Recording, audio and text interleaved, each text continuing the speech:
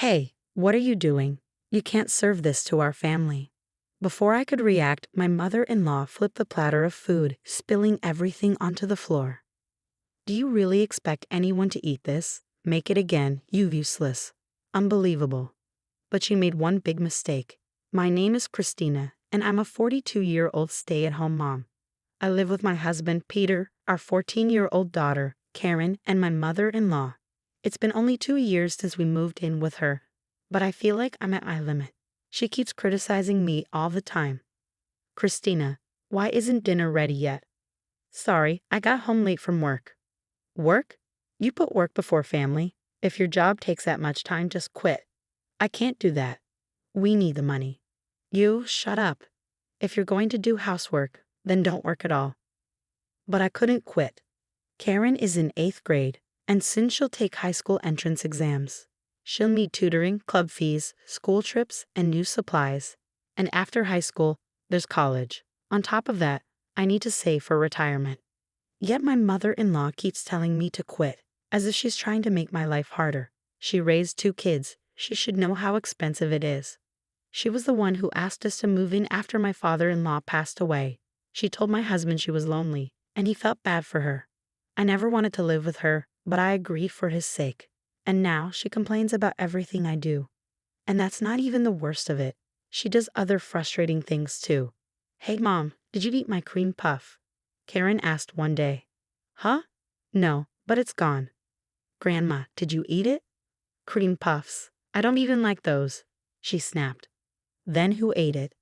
I don't know. Either you or your mother is lying. I'm not lying. I didn't even get to eat it. You're probably just pretending so you can get another one. I would never do that. Sure you wouldn't. Stop accusing me. You have no proof I ate it.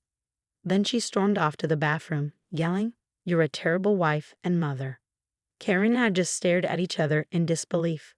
The next day, after she left to meet a friend, I was cleaning the house. When I went into her room, I found something in her trash can, a cream puff wrapper. I was furious. After all her yelling, she was the one who ate it. I told Karen, and she was disgusted. She said she wouldn't spend any more time with her than necessary. I wish I could do the same, but my husband travels a lot for work, so I'm stuck dealing with her. That evening, I showed her the wrapper. Brenda, you were so mean to us, but you were the one who ate the cream puff. She exploded.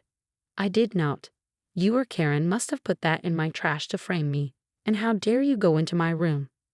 I was too tired to argue. She kept ranting, but I decided to stop letting it bother me. I started thinking of her complaints like a dog barking in the distance, annoying but easy to ignore. And the funny thing, she seemed more frustrated that I wasn't reacting. If she hates me so much, why doesn't she just ask us to move out? She treats me like trash, but acts sweet to my brother-in-law's wife, Zara.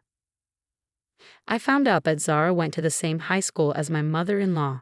On top of that, she graduated from a top university and even worked as a model.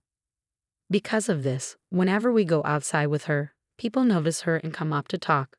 My mother-in-law is clearly proud of her. But honestly, Zara isn't even her real daughter. There's no reason for her to act like she deserves credit for Zara's success. I can't help but think she's only proud because she believes, since my son married such an amazing woman, that must mean I'm amazing too. One day, my brother-in-law and Zara came over for a visit. Zara, welcome, come in. You came all this way, my mother-in-law greeted her warmly.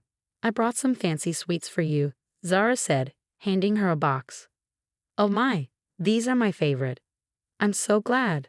Then my mother-in-law turned to me. Christina, hurry up and make some tea. All right, I muttered. That's how she treats me, like her personal maid. What's worse, she had even asked me to buy those same sweets for her the other day. Oh, you should stay for dinner too, my mother-in-law suddenly told Zara. Really? That would be lovely. Thank you. Just like that, she decided for us, even though I was the one who had to cook. I made 6 portions for my brother-in-law, Zara, my husband, my mother-in-law, my daughter, and myself. Zara kindly offered to help, but my mother-in-law immediately stopped her. Zara, you're a guest. You don't have to do that. Come sit and chat with me. So, in the end, I cooked everything alone. It was exhausting. I had enough. I finally decided to talk to my husband. Until now, I didn't want to bother him. I tried to be patient, but I couldn't live like this forever. My mother-in-law never stopped criticizing me, and I knew she never would. I told him everything. He was surprised and upset that I hadn't told him sooner, but he apologized for not noticing. Right away, he went to his mother and warned her to stop treating me like this. But it completely backfired. So you've been telling my son weird things. You think I'm berating you? You must be joking, she snapped. It's all Karen's fault. She and I aren't close. And you're the worst wife and daughter. If that wasn't berating, then what was? Clearly, my mother-in-law didn't care about common sense. Meanwhile, the day of our yearly memorial service was coming up. Things were tense between us. We barely spoke. But then, out of nowhere, she suddenly started talking to me. After the memorial service, some relatives were coming over for a meal. I need you to cook all the food, my mother-in-law ordered. What? We're not ordering food, I asked, surprised. No, I won't allow it. Don't even think about being lazy. You must make a proper home-cooked meal, she snapped before going to her room. Cooking for all our relatives was way too much work for one person. So I asked Zara, my brother-in-law's wife, if she could help. She happily agreed. With the two of us working together, we could just barely manage. On the morning of the memorial service, I was getting ingredients ready in the kitchen when my mother-in-law walked in. Well, I have some errands to run, so I'm heading out, she said casually. What? You're leaving now? I asked. Can't do anything about it. I'll be back before the service. Take care of the cooking for me, would you? And just like that, she walked out the door. She probably thought I would ask her for help, so she ran off to avoid it. But honestly, I was relieved she was gone. As if right on cue, Zara stepped into the kitchen. Christina, let's do this, she said cheerfully. She was not only beautiful but also kind, and she was fast. With her help, the food was ready in no time. We just had to add the final touches. My mother-in-law returned right before the service started. Oh my goodness, Zara, you're here, she said sweetly. Then she turned to me. Christina, you did make sure the food is ready, right? Her tone was completely different depending on who she was talking to. My husband had already warned her about this, but she didn't care. Once our relatives arrived, I felt like I could finally relax a little. I wouldn't have to deal with her as much. But then, suddenly, Hey, Christina, what is this? She shouted. I turned to look. You're serving this to my relatives. You should have made something better. I had a bad feeling. She picked up a large platter of food. Hey, what are you doing?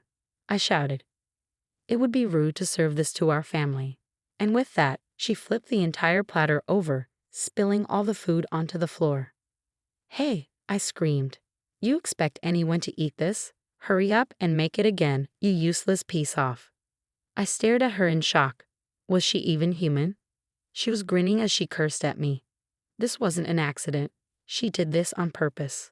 No matter how well I cooked, I realized then, she was always going to find a reason to ruin it. But my mother-in-law had made a big mistake.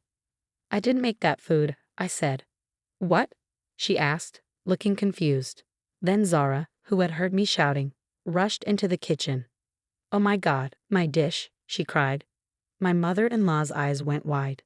Zara made this dish, I said. That's. I thought you were cooking everything today, she stammered. I couldn't make food for all our relatives by myself, could I? That's why I asked Zara for help. We worked together to prepare it, and you just deliberately knocked it onto the floor. Zara gasped. Oh, Brenda, you did that on purpose? That's awful. Why would you do something so mean? Oh no, I just thought Christina had made it. My mother-in-law stuttered. So if Christina made it, you would have thrown it on the floor? Zara asked. At that moment, Peter, my husband, arrived. My brother-in-law, hearing the commotion, also came over. I warned you to stop bullying my wife, Peter said angrily. And you still did this. Mom, what's going on? My brother-in-law asked, frowning. You've been treating Christina like this? That's disgusting. No, you're misunderstanding. My mother-in-law protested. You thought I made the food, I said. But it was actually Zara's. And you threw it on the floor. What? Mom, is that true? My brother-in-law demanded. It was an accident. The platter just slipped from my hands. She tried to explain. But then my daughter stepped forward. I have proof that Granny did it on purpose. What? My mother-in-law gasped. My daughter pulled out her phone and played a video. On the screen, my mother-in-law was clearly shown yelling at me, picking up the platter, and dropping it on the floor. It was recorded perfectly. When did you record this? I asked. When Granny called you over, I had a bad feeling, my daughter replied. Mom, you can't talk your way out of this, my brother-in-law said. Everyone, Zara, my husband, my daughter, and my brother-in-law, stared at her. Her face turned pale. She hung her head. When this gathering is over, we're leaving, Peter said. After that, you can live on your own. Oh no, you're abandoning me, she cried. You brought this on yourself, Peter said firmly. Then Zara turned to her. Brenda, if you like, you can live with me. Absolutely not. I don't want to live with someone who throws food on the floor and treats others horribly. Zara snapped. And just like that, it was over. I'll let you and Zara be alone during the day, my mother-in-law said, trying to act like she was in control. But my husband shook his head. No. First, you're cleaning up the mess you made. We're starting the memorial service now. With that, we left her behind.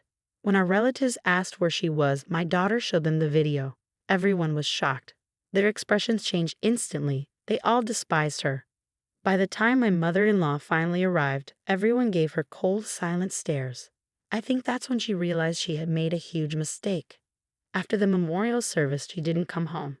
We ordered food delivery and made sure our older relatives had enough to eat. Without her there, the atmosphere was so much better.